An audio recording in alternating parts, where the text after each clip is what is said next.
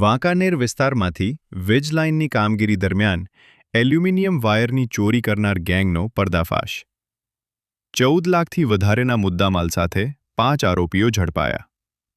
બનાવની પ્રાપ્ત વિગતો મુજબ વાંકાનેર તાલુકાના વિવિધ ગામોમાં રાત્રિના સમયે નવી વીજ લાઇન નાખવાની કામગીરી દરમિયાન થાંભલા પર લગાવેલ એલ્યુમિનિયમ ઇલેક્ટ્રિક વાયર કાપીને ચોરી કરવામાં આવતી હોય.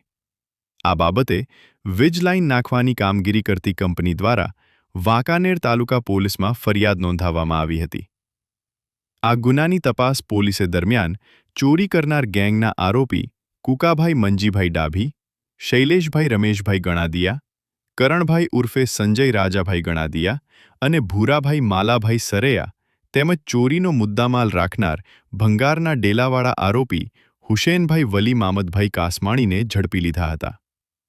જ્યારે અન્ય આરોપી વિપુલભાઈ રવજીભાઈ મકવાણા, કિશનભાઈ વેલજીભાઈ ધોરિયા, સામજીભાઈ બચુભાઈ કુમખાણિયા, જગાભાઈ હેમુભાઈ મકવાણા અને કિશન પ્રેમજી ગોરિયાની પણ આ ગુનામાં સંડોવણી ખુલતા તમામને ઝડપી લેવા પોલીસે તજવીજ શરૂ કરી છે.